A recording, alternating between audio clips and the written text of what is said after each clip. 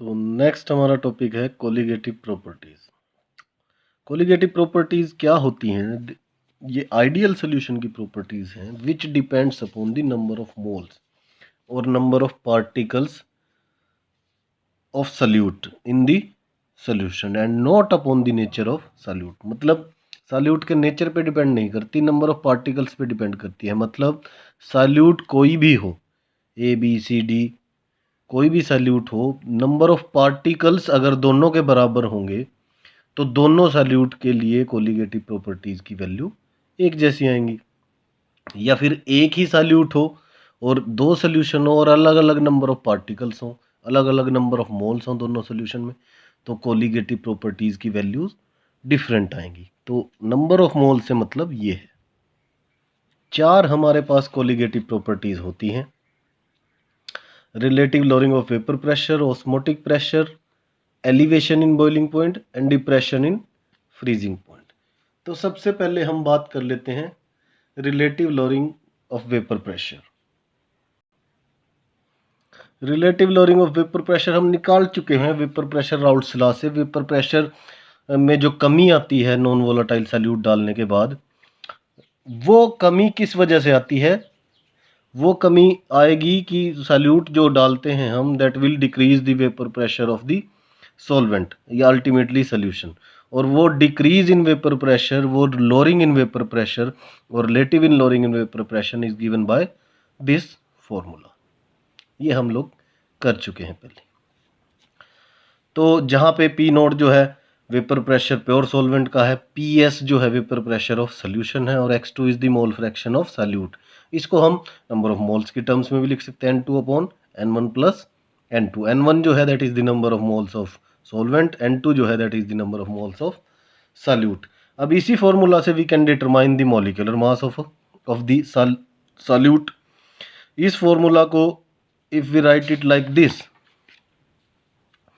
N2 की जगह हम पुट कर दे W2 अपॉन M2। W2 माने नंबर ऑफ मोल्स हम कैसे निकालते हैं? Given weight divided by molar mass of that compound, that जो भी हमारे पास सब्सटेंस है उसका।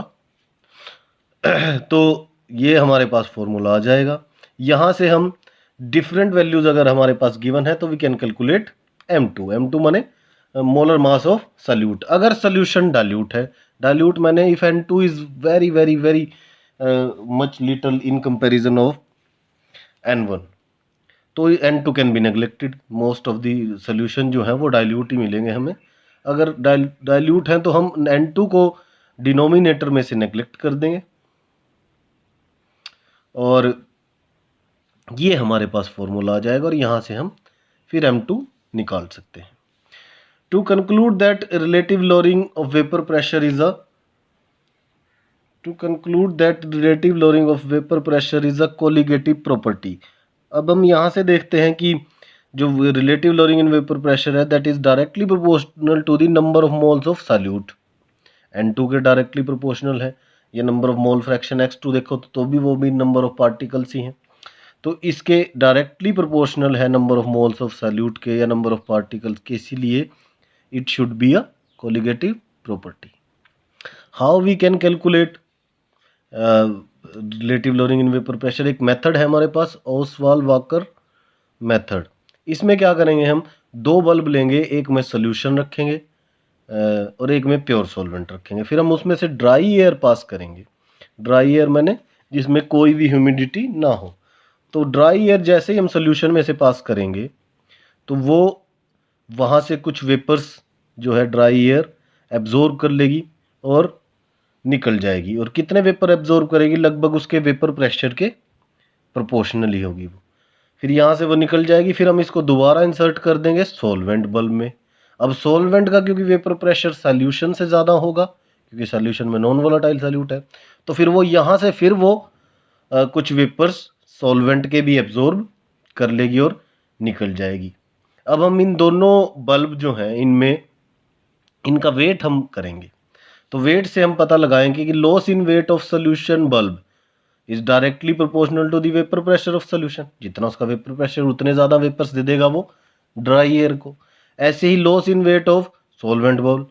अब सॉल्वेंट बल्ब में सोल्यूशन से कुछ वेपर्स पहले आ चुके हैं, इसीलिए उसको हमें माइनस करना पड़ेगा।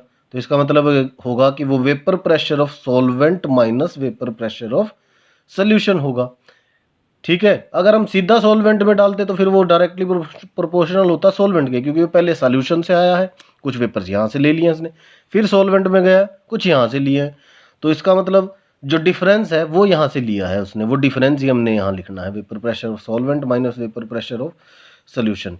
तो यहाँ से हम देखते हैं vapour pressure of solution directly proportional to W1 and vapour pressure of solvent minus solution is directly proportional to W2। तो P nought minus PS upon P nought is will be equal to what, loss in weight of solvent bulb divided by total loss in weight of solution bulb and solvent bulb. अब कुछ numerical है हमारे पास। The vapor pressure of pure benzene is 0.850 bar. A non-volatile, non-electrolyte solute 0.5 gram is added to 39 gram of benzene. The vapor pressure of the solution then is 0.845 bar, मतलब वो decrease हुआ है। What is the molar mass of solute? जो भी solute है, solid है, हमने डाला है, उसका मोलर मास क्या है? तो 0.5 ग्राम डाला है 39 ग्राम में, इसका मतलब सोल्यूशन विल बी डाइल्यूट। तो हमें डाइल्यूट सोल्यूशन वाला फॉर्मूला ही यूज़ करना है, ये वाला P nought minus P S upon P nought N2 upon N1। तो अब यहाँ से हम W2 निकाल लेंगे, वेट ऑफ सॉल्यूट 0.5 ग्राम हो गया, बेंजीन दे रखा है, सॉल्वेंट वो 39 ग्राम दे रखा है, इसका बेंजीन का मोलर मास हमें पता है 78 ग्राम होता है, P नोट गिवन है, प्योर बेंजीन का वेपर प्रेशर 0.850 और सोल्यूशन का भी गिवन है। तो हम इसमें पुट करेंगे और यहाँ से M2 क्योंकि हमें निकालना है, वो M2 आ जाएगा 170 ग्राम पर मोल।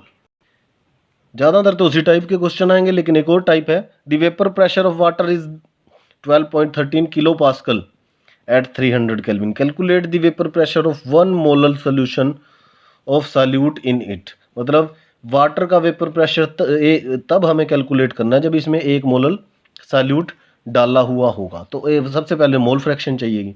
तो 1 मोलर सॉल्यूशन का मतलब क्या होगा, 1 मोल इन 1 kg ऑफ वाटर, यानी कि अब हमें मोल फ्रैक्शन चाहिए सॉल्यूट की।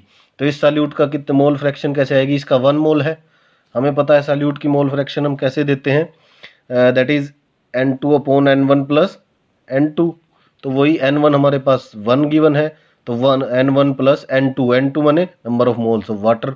Number of moles of water कितने आ गए, 1000 ग्राम में कितने मोल्स होंगे, डिवाइडेड बाई 18 55.55। ये याद ही रखना है। मोलैलिटी ऑफ वाटर क्या होती है, दिस वन।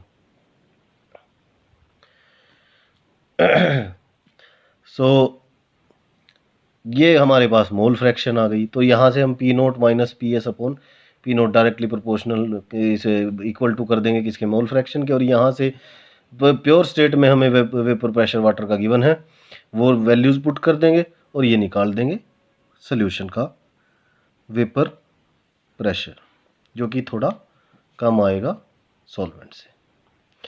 तीसरा एक और न्यूमेरिकल है, a solution containing 30 gram of non volatile solute in 90 gram of water has vapour pressure 2.8 kilo pascal at 298 kelvin. Further 18 gram of water is then added to solution. Now vapour pressure becomes 2.9 kilo pascal at 298 kelvin. Calculate molar mass of solute vapour pressure. अब क्या किया है, ये एक ही solution के दो case बनेंगे, एक सॉल्वेंट 90 ग्राम सॉल्वेंट में 30 ग्राम सॉल्यूट डाल रखा है, और फिर उस 90 में 18 ग्राम और वाटर मिला दिया, यानी कि 90 और 18 कितने हो गए, 108 ग्राम। अब 108 ग्राम में 30 ग्राम सॉल्यूट है, ठीक है जी। तो जैसे ही सॉल्वेंट बढ़ेगा तो वेपर प्रेशर बढ़ा है दोनों का, यहाँ पे ये था, यहाँ पे ये था। अब दोनों केस हम अलग अलग डिस्कस करेंगे, वहाँ से हम कंपेयर करके इसका मोलर मास सॉल्यूट का निकाल लेंगे। तो पहले केस में क्या है कि N2 कितना आएगा, हालांकि हमें मोलर मास गिवन नहीं, लेकिन हमने उसको M मान लिया है, तो that will be 30 by M। N1 कितने आ जाएंगे सॉल्वेंट के वाटर के, 90 बाय 18 यानी कि 5 मोल। तो मोल फ्रैक्शन क्या होगी, X2 क्या आएगी, N1 अपॉन N2 अपॉन, तो वेपर प्रेशर किसके बराबर होता है, लोअरिंग इन वेपर प्रेशर किसके बराबर होता है, P nought minus P S upon P nought is equal to x2 यानी कि n2 upon n1 plus x2, that is ये हमने वैल्यूज़ पुट कर दी। 2.8 गिवन है PS सोल्यूशन की वेपर प्रेशर हमारे पास फर्स्ट केस में, और ये 30/m पुट कर दिया। यहाँ पे 5 आए थे नंबर मोल, 5 ये 30। ये इसको हमने जब सोल्व कर लिया तो सोल्व करने के बाद ये यहाँ तक हम पहुँच गए, यहाँ तक हमने इसको सोल्व कर दिया इस तरीके से।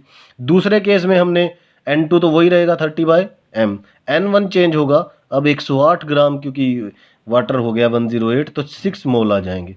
तब फिर हमने वही सब कुछ पुट किया बराबर, 2.9 रख दिया यहाँ पे वेपर प्रेशर, और ये हमारे पास आया ये इक्वेशन आ गई। इन दोनों इक्वेशन को जब मैंने डिवाइड किया, डिवाइड करने के बाद हमने m कैलकुलेट किया, m जो आया वो आया मेरा 23 ग्राम।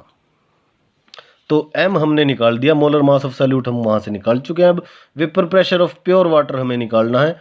अब ये जो फर्स्ट इक्वेशन थी इसमें हमने m की वैल्यू यहाँ पुट कर दी 23, अब ये आ गया 29/23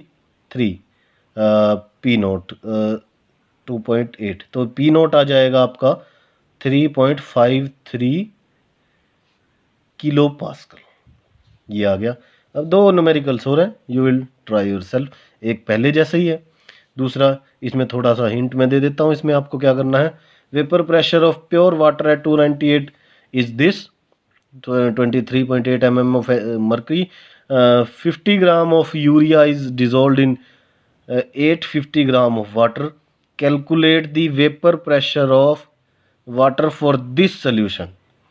मतलब सोल्यूशन का हमें वेपर प्रेशर निकालना है PS and it's relative loading. Relative loading मैंने ये वाली चीज़ ये निकालना है हमने, P नोट माइनस PS अपन, ये आ गया। ये जब वैल्यूज हम पुट करेंगे रिलेटिव लोडिंग इन वेपर प्रेशर x2 निकाल के बराबर होगा, तो समझो यहाँ से नंबर ऑफ मोल वाटर के निकल जाएंगे, यहाँ से नंबर ऑफ मोल्स 50 ग्राम से नंबर ऑफ मोल सॉल्यूट के यूरिया के निकल जाएंगे, तो यहाँ से रिलेटिव लोडिंग मोल फ्रैक्शन आएगी वो इतनी आएगी, यानी कि बराबर किसकी होगी, रिलेटिव लोडिंग की।